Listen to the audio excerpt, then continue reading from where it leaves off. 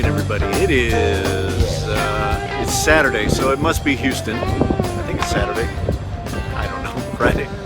Saturday, I don't know what day of the week it is. Welcome to Houston. Welcome to hot, humid, rainy Houston. So here we are today at Cynthia Woods Pavilion. And things are going pretty good today for our first shed load in. You know, I mean, we have to do all that normal stuff today. We have to do all our regular stuff, plus, you know, kind of cram it into a small building. And I got to give the lighting and the video guys props. They were able to get this show in this building, which is a pretty small stage and rigging setup here. Vic did an outstanding job putting in the Anya today. We did a really good hang here today. Sounds really good. Been through virtual line check already today, so spent a little time today cleaning up, just cleaning up the bottom end of my mixes. Worked quite a bit on the bass guitar today, trying to do some different colors of bass guitar throughout the show, some different distortions and stuff to get it to sit with the guitars a little better. And then we spent a fair amount of time working on the lawn system today, which I'll go up and shoot some footage of so you can kind of see what we deal with today. We spent a fair amount of time on that. Not necessarily my favorite implementation of lawn system here, but it's adequate. It certainly works. Just there's a little more work than it probably should be. All right, so we've had a really good kickoff here. Really good 4 or 5 shows. Band has been very energetic on stage. The quality of the shows have been really, really good. Even the other night in Atlanta, which is a tough building for me. I've had some tough shows in there. I had a really, really good show in there. I was as surprised as anyone when it started. I thought, wow, this is a little different day here. So I'm going to give the console a little bit of credit for that. I think it might have been some sound quality improvements in the console. I think kind of what I'm doing on the console, and maybe what the band is sending me is a little better than we've had in the past in some regards. So all good right now. We'll just keep it going. We just want to keep improving a little bit every single day. Rising and your world feels cold. Let yourself go. Honey, let yourself all right, go. for Harden the Fuck Up this morning, we are in Houston. We are at the Cynthia Woods Pavilion, which is an indoor-outdoor place. We're under a big tent right now, but we're going to. I'm going to do some sandbag carry today. We're going to take advantage of a little different kind of venue today. We don't have all the stairs that we would normally have in an arena, so we're going to take advantage of being outside and kind of do some hill climbing and some, you know, with the sandbag. It's not actually a very steep hill. It's just a big lawn area. We're essentially just going to do laps here, carrying the bag. So the idea this morning is a 45-minute AMRAP, weighted hill climb, plus a push-up variation. We're going to do 10 push-up variation. Every time we finish a lap, we're going to do 10 wide, then do a lap, 10 narrow, do a lap, 10 shoulder width, do a lap, 10 diamond, you know, right on down the line. So that's the plan this morning. Drink lots of water because it is so freaking humid here right now. I'm just drenched already just doing this video. So very hot and humid day here, so it's going to be a tough one. All right, that's it for Harden the Fuck Up. We'll see you later. Let's get some. And your world feels cold. Let yourself go. Honey, let yourself go.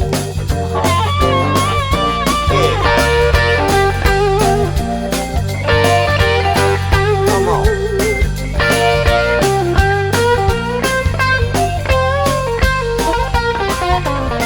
Let yourself go. Let yourself go.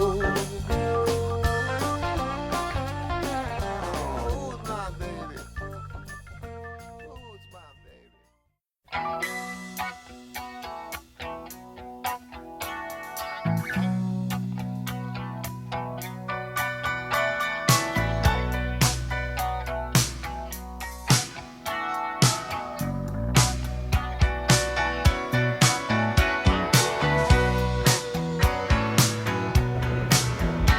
All right, we're here at Cynthia Woods Pavilion, which is an indoor-outdoor place. I'm out on the outer ring of the tent here, and you know, one of the things we have to deal with in these shed situations, and that's the nickname for these places, obviously, it's called a shed. Not the most flattering name in the world, but it is what it is. One of the things we have to deal with here is the concept of the acoustics in an indoor-outdoor environment. One of the one of the oddest things that you'll run into in professional audio, I think, is doing these places where, for all intents and purposes, you feel like you're outdoors, yet you might have an acoustic footprint in a building that sounds like you're in, honestly, the worst hockey arena you've ever been in. So you get this incredible contrast of highly reflective, highly ambient sound under the tent, and then you get outside the tent and it's dry as a bone out there. It's like you're an outdoor show. So you have to deal with both of those worlds. And one of the ways they kind of contend with that in these places is to put in a delay system. And by delay, I mean a support system, meaning you're going to have your PA hanging down in the at the stage area of the pavilion, and then as you get a certain distance out, there's going to be another system that's going to pick up the audio and carry it on. It's kind of like a relay race for speakers, where we have another set out in the far field, and that picks it up and carries it on again, right? And the challenge is really, how do we get all those things in alignment day to day?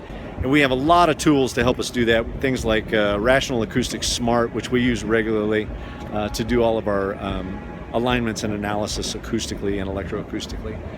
But here we have a unique situation where we have a set of speakers on the inside of the tent that are actually down in the seats and actually are responsible for covering a portion of the lawn. It's a very kind of odd design. I'm not too hip on it, honestly. I don't think it's all that great because we actually kind of excite the tent, and it actually kind of corrupts some of the audio for the people that should be hearing it primarily from the PA. So, it's kind of a challenge to get it all right. It took us a little bit of time today to get this all kind of dialed in and get it timed correctly for the audience. And then on top of it, when you get out in the into the lawn area as well, you pick up the second delay ring of speakers out there, and that's even exacerbated by this concession stand that is out here.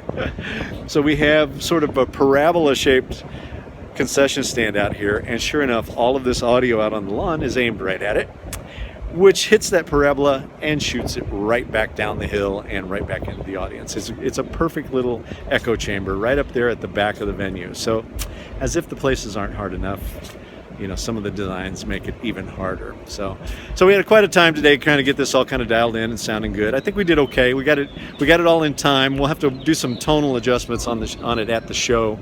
Once we get to showtime, we'll start doing some of that when Joe Walsh is on, and then do the final adjustments of it when we're on with Tom Petty and the Heartbreakers. All right. Looking forward to the show, though. I think we're going to have a pretty good show in here. I really like how the Anya system sounds in here. It's so nice to have this kind of pattern control, and on top of it, to have this sort of horizontal coverage with Anya, where you have this point source low end, unlike we have with line source that we traditionally use now, which is this decoupled arrays away from each other and displaced in the space, and we get all this. It really messes with the low frequency phase, in my opinion. So there you go. Last piece of it for Anya that is really good today is using the downfill, the center fill that we do. We do that flown center fill, and it is just magic in places like this because we can be so controlled with the pattern of it and have it cover a very, very specific section of seats and create some localization down there. So really, really good. The last piece that I want to talk to you about today with regard to speaker systems, we're kind of speaker system centric today, right? Is the front fill. This is our first real test of this front fill system to see if we can do it in these small places, these small sheds in particular. Sheds in and of themselves are a very, very tough fit for front fill systems and very hard to get them to work down here properly. And I got to tell you, I went down and listened to our front fill today and the way we got this implemented, and it is stellar down there. It's so good down front right now. And I think it's a function of having just these even, well-spaced coax boxes sitting on top of the auto subs down there. It sounds so good, and it's so almost visually invisible down there. I mean, it's so good down there. I'm so pleased with how that all turned out. So really, really kind of rocking down there. I'm looking forward to going into some of these other places that have really, really tough front fill situations, where we can do this. So thrilled about that. All right. Well, that's the news on the speaker front today. Hopefully I can get a little venue segment in here. I'm going to go down and try now. It's going to be tough in the daylight. We might have to pick something a little different today, as I think I mentioned earlier, before we carry on the color conversation. All right, that's it on speaker front. We'll see you later. Bye-bye.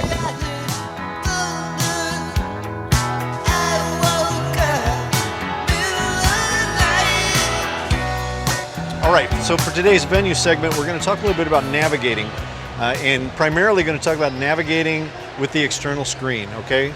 I'm often surprised how many people don't know that you can actually navigate that screen and navigate inputs and outputs with the QWERTY keyboard. And you can actually set up some really, if you're kind of clever with your naming, etc., you can set up some very quick keystrokes to get to specific inputs or outputs very quickly, all right? So the first thing to note though is that you can actually do it with the F keys. So as you see right here, I'm going to pull up the venue screen so you can see it. And I'm just using F keys to navigate across the tabs here. F1 is for overview, and then sequentially right on down the line, right? So if you stay on F1 and press it again, it'll toggle between inputs and outputs. If I go to F2 and go there, it'll toggle between all of the different input layers. If I go to F3, that goes to outputs, and I just keep toggling whatever I have selected there. It'll toggle the tabs for that given output, all right? So let's go back to inputs just for a second, and I'm just going to navigate through some inputs very quickly using just the QWERTY keyboard and some of the letters, right? So obviously I'm in inputs right here, and I'm just going to press, let's go M. So if you go M, now anything that starts with an M is immediately going to be selected, or attentioned in this case, in the external screen. So now if I hit the tab, it'll just tab through all of the M's. I can shift tab to go backwards if I want to do it, but just by pressing on the letter M, I was able to go right to all of the M's.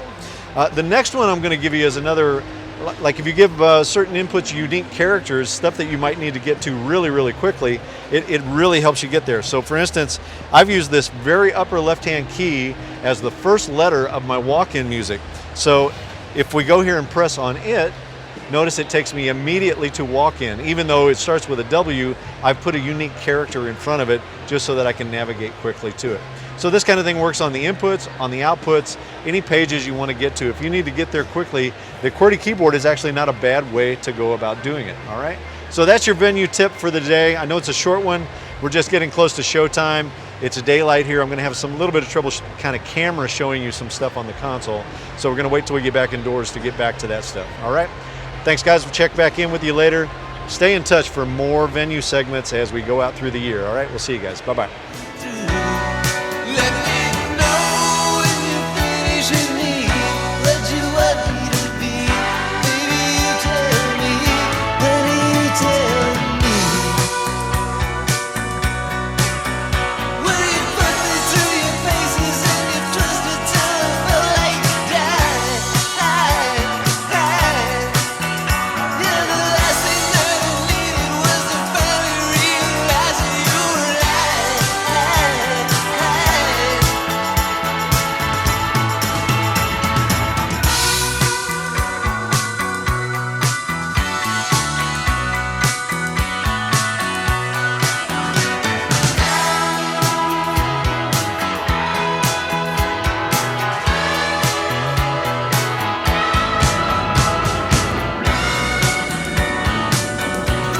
Well, what can I tell you? Some nights you eat the bear, some nights the bear eats you, right? Isn't that the saying? Just had one of those nights tonight, you know, just a comedy of errors out there, I swear. Band started playing at 9, I started mixing about 9:08, and I was chasing them the whole night, so just had one of those days. What can I tell you? Happens. At any rate, seemed like a pretty good show overall. The crowd seemed very responsive to it. Band seemed to enjoy it. I'll have fun listening to the 2-track tomorrow. Oh, but gotta do it. All right. That's the report from Houston. We're off to New Orleans. We're coming, Jazz Fest. Hang on. We'll be right there.